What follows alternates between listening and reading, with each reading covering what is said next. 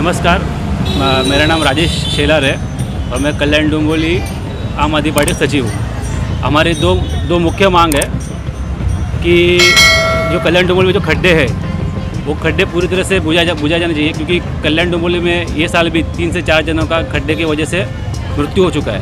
तो हमारी पहली मांग वो है।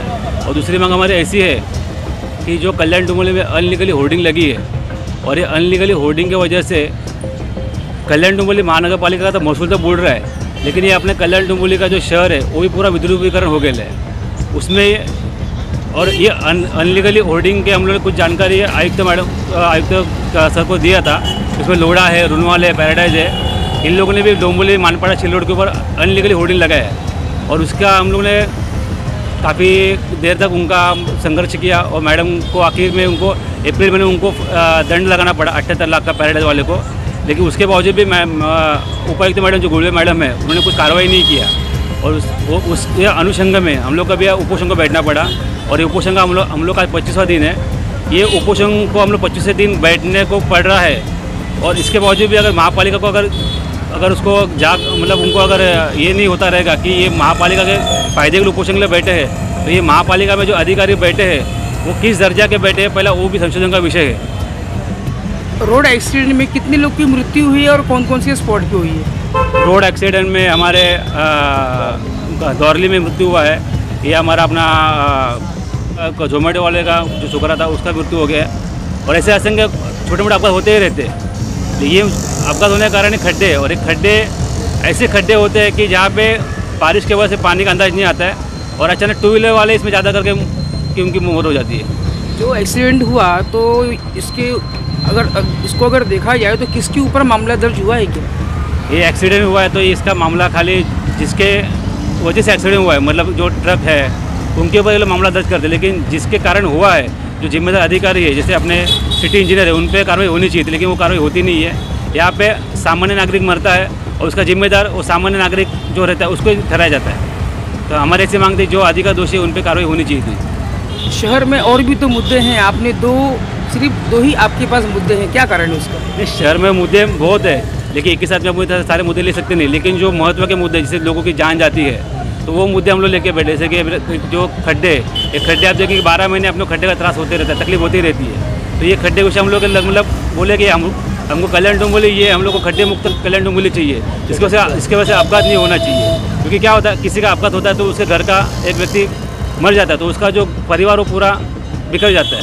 तो हम लोग का ये, बाकी हम लोग आगे मुद्दे लेने वाले, जैसे कि हॉस्पिटल का मुद्दा है, शिक्षण का मुद्दा, हम लोग आगे सब मुद्दे लेने वाले हैं।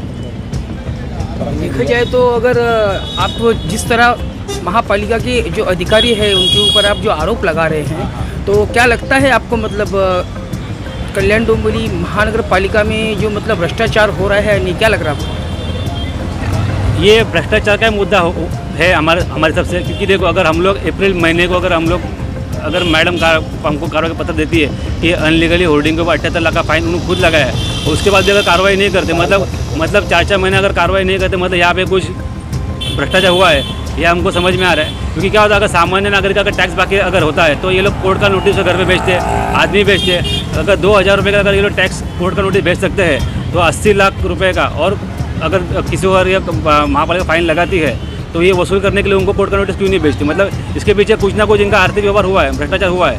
और ये खड्डे भी जो होते हैं, ये 2 महीना बारिश के 2 महीना पहले खड्डे बनाए जाते हैं और बारिश के टाइम पे वो खड्डे बुझा जाते हैं और बारिश के टाइम पे ऊपर जाते हैं। मतलब ये जो काम होता है वो भी निष्कृष्ट, मतलब हल्के का दर्जा काम होता है। मतलब इसमें भी भ्रष्टाचार होता है। मतलब डांबर इसमें रहता ही नहीं, खाली डांबर के नाम पे तेल रहता है।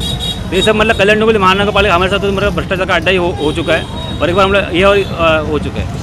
जो यहाँ के जो महापालिका में जो ठेकेदार हैं उनके बारे में क्या कहेंगे आप?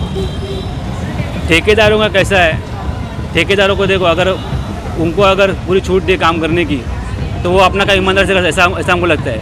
लेकिन क्या होता है, यहाँ पे सब टक्केवारी का कामकाज चलते रहता है। तो हम लोग ठेकेदार को दोष नहीं दे सकते, क्योंकि ऐसा है जो लोग ठेका देते हैं, जैसे कि सिटी इंजीनियर जो अधिकारी, उनका काम रहता है कि उन्होंने वो काम किया है कि नहीं किया वो देखने का उनका रहता है। उसमें अगर समझो अगर ठेकेदार को वो लोग अगर कुछ आर्थिक लाभ के चक्कर में उनका व्यवहार होता रहेगा तो ठेकेदार भी उसी तरह से काम करता रहेगा। क्या आपने कभी देखा है कि इनका जो वर्क ऑर्डर है और जो क्वालिटी रिपोर्ट जो होती है वो आपने कभी उनको देखा है कि मतलब किस तरह से उनकी काम की क्वालिटी है, जो उनकी गुणवत्ता है? आप जिस तरह से आरोप लगा रहे हैं, ये आरोप लगाना किस हद तक सही रहेगा आपके हिसाब से, क्या कहेंगे? क्वालिटी गुणवत्ता मतलब देखा जाएगा तो आप वो तो सबके सामने ही है। आप देखते रहेंगे अगर बारिश के पहले जो एक 15 दिन 20 दिन पर जो रास्ते बनते हैं वो बारिश में क्यों उखड़ जाते हैं? मतलब इसका मतलब वही है ना कि मतलब उनका जो क्वालिटी यूज़ किया है वो खराब क्वालिटी यूज़ किया है ना। वर्क ऑर्डर भी नहीं करते।